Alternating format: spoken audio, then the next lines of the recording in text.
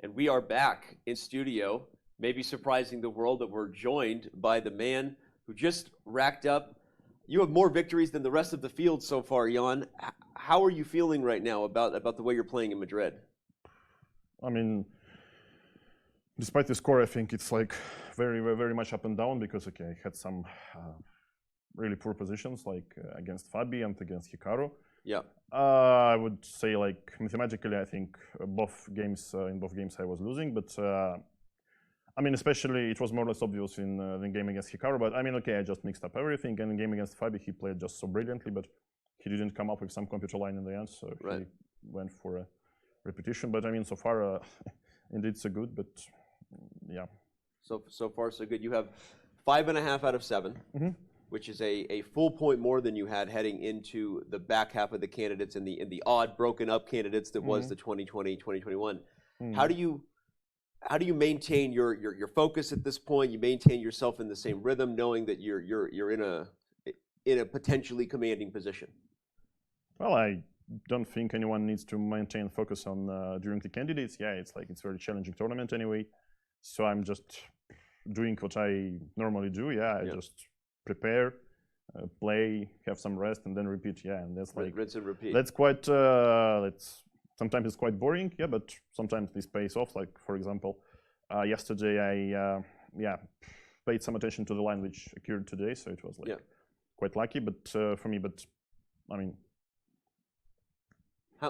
speaking of the line you prepared today, and you called it kind of quite lucky. How surprised were you when Richard decided to go against the repetition and play for knight to d2? Well, this was, I would say it was more or less obvious because he spent so much time. Right. And I think maybe because he had six draws already, so he wanted like to fight and to catch up, to beat the leader. Because also, optically this position is nothing but clear that black is better, because for me it was like more or less obvious because I knew black is better if white decides not to repeat.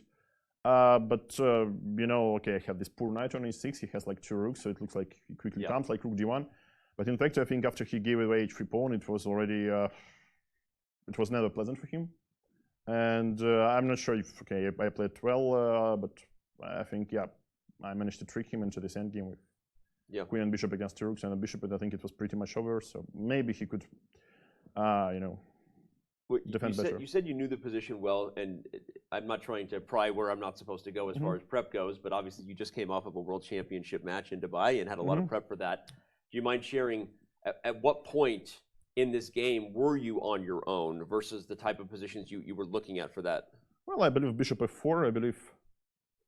Maybe something like king g2 computer says like you should like protect this pawn at least, but I'm not sure.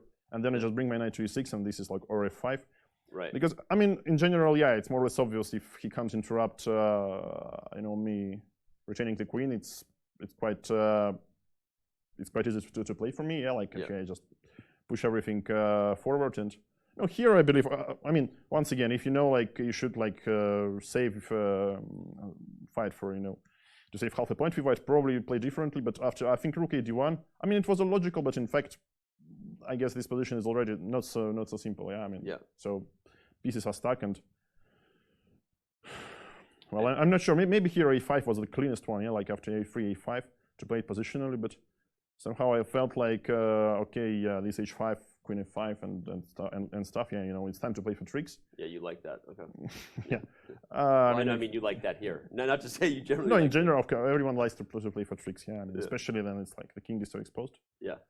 Yeah. So well, it was. I think it was really hard for white to do something here. Well, at this point, I don't know much more to say about the game other than, like you said, it became straightforward, and we were here just sort of applauding the performance. Let me ask you, I don't mean this to be in like a trap question, but at this point, do you feel like it's your tournament to lose? I don't know. I'm not thinking about the overall results. So I have one game per day, and that's what I do. And I mean, I was like I don't know. I can't say into the same shoes like 2 years ago in Yekaterinburg. Yeah, and I also had like +3 after 6 rounds, and then I lost a game.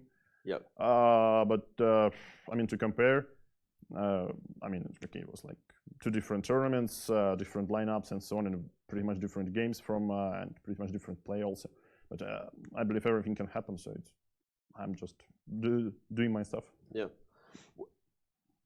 I know the answer to this is simple, that your expectations coming in, you play every tournament to win the tournament, right?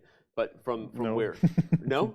Well, let me ask. What were your expectations coming in? I mean, are you surprised by how for well example, like the previous tournament was in Romania, and I mean, okay, if it would, I would be very glad if it would go better. But in general, I had like my task to to feel how it goes, to train a little bit. So I guess yeah, this is slightly. Okay, this approach can sometimes backfire, but in general, yeah, I mean, here it goes without saying, yeah. So you here have only one place which qualifies, but otherwise, sometimes you just, you know, if you can play it to, to enjoy some chess or to train, it's also quite good. Yeah. Are you enjoying the city of Madrid? Yeah, a lot. Yeah. But yeah, somehow I already spent quite some time in Spain and also managed to visit Barcelona, so it's yeah, there's some chess tourism, yeah, partially. So last thing I want to ask, just because it's been a storyline, the first time we haven't had a player in studio for the whole event, so I'm so excited to have you here. Is all the discussions surrounding Magnus's comments about whether he would play the World Championship match. I know that probably doesn't matter to you at all right now, but what are your thoughts on if he didn't play the World Championship match and you were faced off in a match versus the second place finisher here? Would that make you unhappy? Would you want it? Do you want another crack at Magnus? I'm just going to ask the question. You want another crack at the game? I will think like after the tournament ends, and it depends. Strongly depends on the result. Yeah. But I mean, I really don't think it's the thing I should care. Right now, right here. Right. It's totally fair. Totally fair. Mid event for sure. Well, it's quite the event that you're having right now, Jan.